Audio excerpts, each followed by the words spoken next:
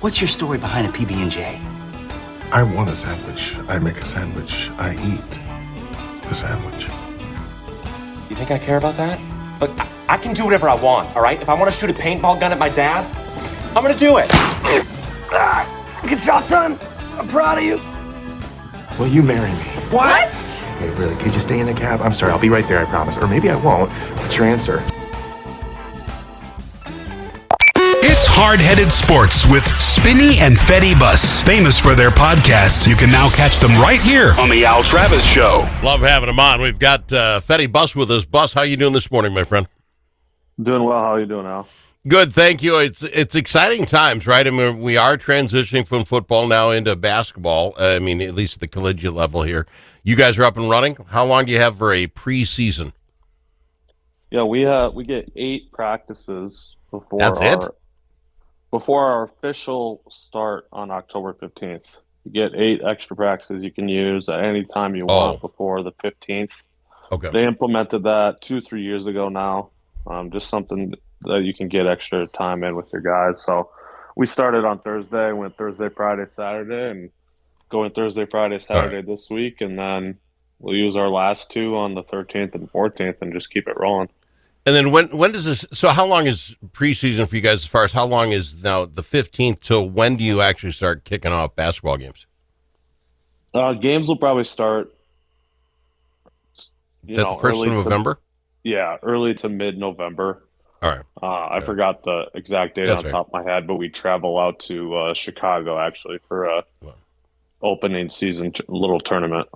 And to brag about you guys and your chops, right? The Bethany Lutheran Vikings, you've three-peated, right, as your champions of your division? Yeah, we did. We three-peated. That's fantastic. It's also four in our last 6 seasons.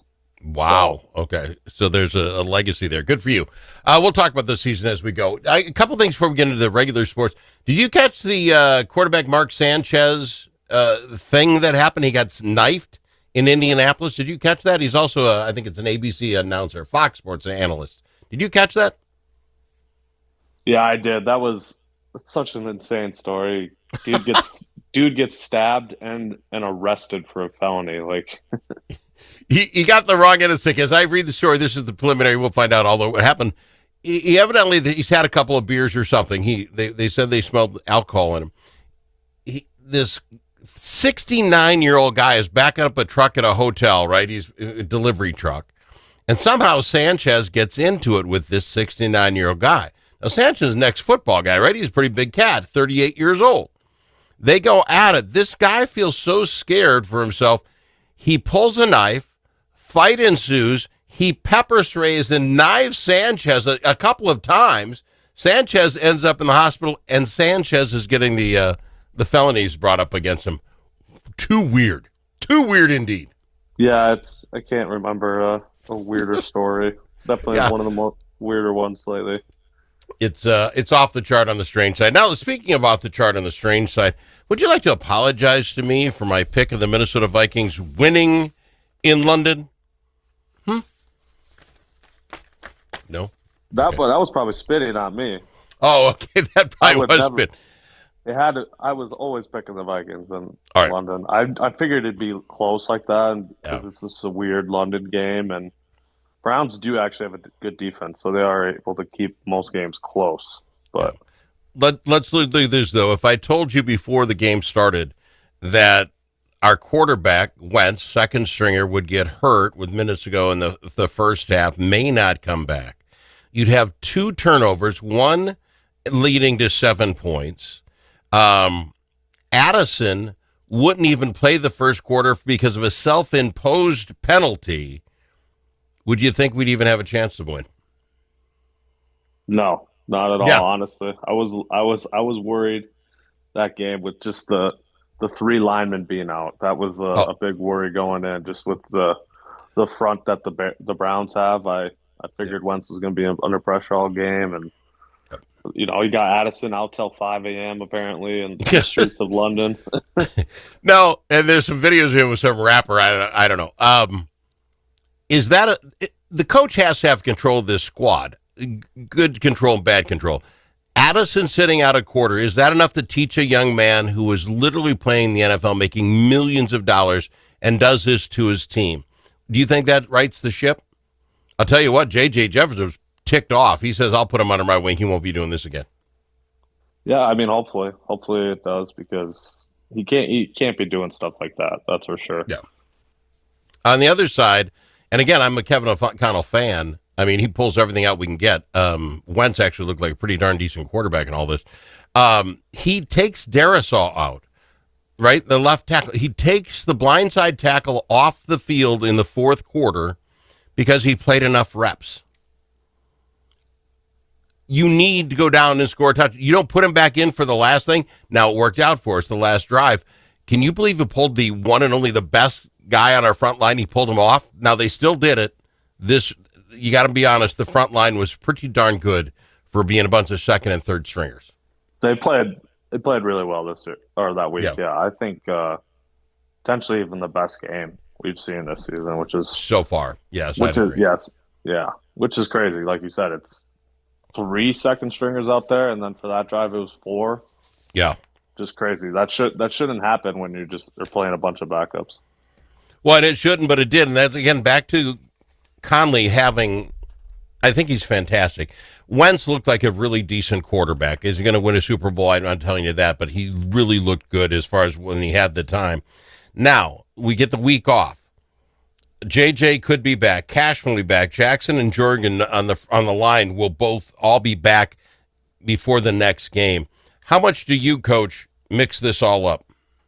Do you put JJ back in for the Eagles game? If he's healthy. You do, even though Wentz has done everything we've asked him to do, and now we're going to have a front line. You're going to then pull him out and give probably the hardest game we've got in the next 4. You're going to put that on JJ?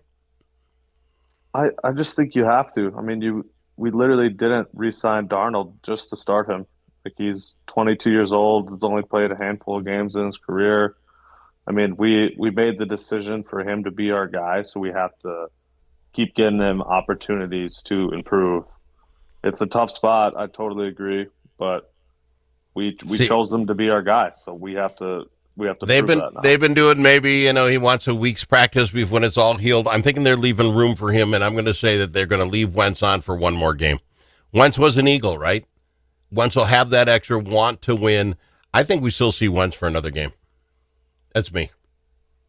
Yeah, I mean, it wouldn't surprise me. But yeah, the extra week of the bye, that might be enough for JJ to get back. But yeah, we might see Wentz for one more week, which I wouldn't hate.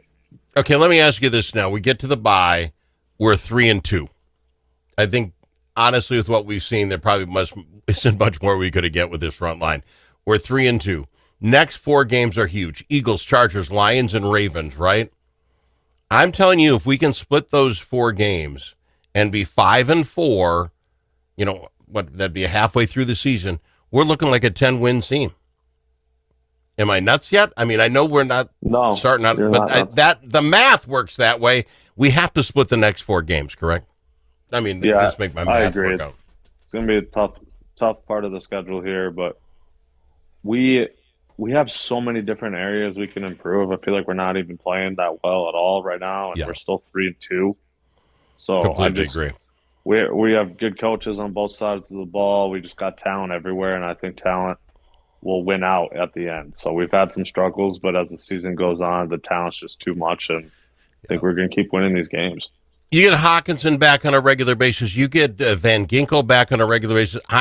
Cashman coming back. We only have the possibility of getting better, and I say that if this offensive line can figure out what they got to do, right? If we do that, I think this team really has a shot at. All right, fair enough. Yeah, let's go to break. You notice there's some baseball going on. We'll talk about that in a matter of moments. I've got him. Fetty Bus on the Al Travis Show. If it's your turn to host a game, Grandpa's Barbecue suggests you try something different. Put out the perfect barbecue flavor of Grandpa's Barbecue.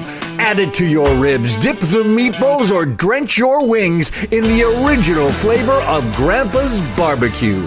It isn't too hot or spicy, fruity or smoky or whatever. Grandpa's Barbecue.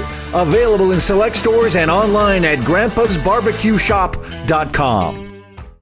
When the stakes are high at the Minnesota Capitol, you need more than a lobbyist, you need a partner. At Momentum Advocacy, we bring nearly 90 years of combined experience in government relations, public affairs, and strategic communications. From nonprofits to national corporations, we help organizations navigate Minnesota's political landscape with integrity, insight, and results. Whether you need legislative champions or headlines, Momentum Advocacy delivers. For more, visit momentum-advocacy.com. Momentum Advocacy, your friends at the Capitol.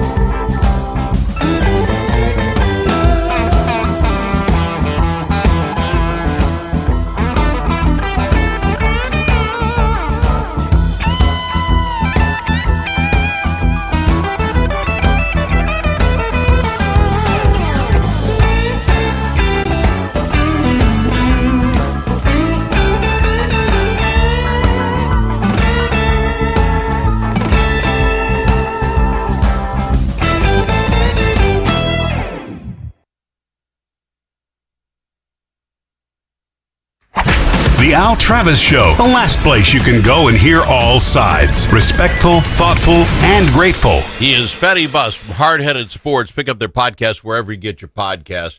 Fetty, the MLB playoffs, I think we've already seen the best matchups. We've already seen the best of it. I think the Yankees-Sox, if that would have been further down the line, would have been the play. I don't know if I'm really excited about a lot of these. Let's talk about it. The Tigers and the Mariners. That series tied up 1 game apiece. I got to think the Mariners win this whole thing, right? As far as against the Tigers. Yeah, going in, I had Mariners in 5 in this series. I figured it'd be the most competitive from a close game standpoint. Yeah. The other AL series, though, I had Blue Jays in that one too, but thought that would go the distance as well. Blue Jays in 5, and they have just been steamrolling the Yankees pitching so far. So that's been a real surprise to me. Who do we root for in that? This is the crazy thing for me, and because I'm an American through and through, all right? I can't root for a Canadian team. It's against my better nature. But it's the Yankees they're playing, and there ain't no way, no how I'm rooting for them. I'm finding myself. Thank you. Sure. I have been. And then when you watch the trouncings that's going on, right, just the beat down on it, I'm kind of enjoying it, which makes me un-American, which bothers me, but it's New York. So we're going to go with the Blue Jays winning this in 4, right? Yeah, 4 for sure. Yankees are going to get one at home, I'd say. Right. But the Yankees now they're playing in New York now. And for whatever reason, that New York Yankee Stadium thing, they're putting New York at negative 160. You bet 160, you get $100. So they think New York is going to win this game. Is that a pitching matchup? I should look at that one. Why would they? That seems a little shocking to me. They think New York is going to win tonight. Yeah, it's Roden against Bieber. Yeah, I mean that's not by any means a guaranteed win either. With Bieber, I would honestly probably rather have Bieber than Rodon pitching for my team. So, the bat, obviously the stadium helps out their bats, but with how Toronto's bats are rolling, we might be seeing another 10-plus run game by Toronto here. These baseball games have looked like football scores. It's been amazing. But okay, so that has got, and the Blue Jays up 2-0. On the other side, the Dodgers are kicking the Phillies. Did you see that? Phillies, I'm actually kind of rooting for the Dodgers. I want to watch Ohtani as much as I can. But the Phillies aren't putting them up much of a fight either. Yeah, I definitely thought that one would also go the distance. So 2-0 series is really shocking. Now they just have to win one of the last three. So yeah, it's pretty safe to say that the Dodgers are going to advance. Same with the Brewers. Thought that one could potentially go the distance just because it was a divisional game, right? But yeah, they've had no issues with the Cubs yet. And what's cool about the Brewers and the Cubs is that's just local stuff, right? You're going to see Brewer fans going down to Chicago coming up to watch those games. It was just a mesh of humans that love baseball, and it just hasn't been that exciting yet. Yeah, that's a good point. Just how close those. I mean, that's easily the closest series. Blue Jays and Yankees, I guess, isn't too far away, but just driving distance. So that's really nice for those fans. Let me ask you this, and we'll see how this all plays out as we go along, but Major League Baseball is going to do this automatic balls and strike system thing next year throughout major leagues. Where does Bus sit on that? I want umpires. That's what I want. See, you and I, but this is a Spinny thing, your buddy Spinny, because he likes all that newfangled crap. I disagree with this play. You're going to be able to call, I think batters, catchers, and pitchers can all call it twice a game or something. Why, if you're going to go down this road, why not just do like they do with tennis, right? You put a camera or a computer down the outfield lines and just, mark it off, and then the computer can tell you whether a ball was fair or not, right? If you hit a ball inbounds or not, light goes on, doesn't. Let's just take all the guesswork out of it, not make it baseball, make it more of a pinball game. I absolutely hate this idea. I just think human error is part of sports. Yeah. That's just how it is. It's how it's been for baseball for hundreds of years, over 100 years. So I just don't like it. I mean, I feel like the umpires are pretty accurate with their calls, actually, when it comes to strikes and balls. And they had a deal in the minors, whatever, it was 94% were correct. The umpire calling balls and strike were 94% correct. So that's a 6% incorrect call, which did seem like a bigger number than I thought. If, a tenth of the games, it seems like a large number. I still don't think that really matters, just in my eyes, because I like the human error aspect of sports. I mean, call me an old guy for that. Thank you. I'm with you. Thank you. I'm an old guy, too. But what about then in basketball? You're a basketball coach. You're looking at the WNBA. Every human in there is whining about the refereeing. They're actually taken away from the game. Okay, yeah, the WNBA is its own debate because the refs in that league are horrendous and always have been horrendous. I don't really understand it either, honestly.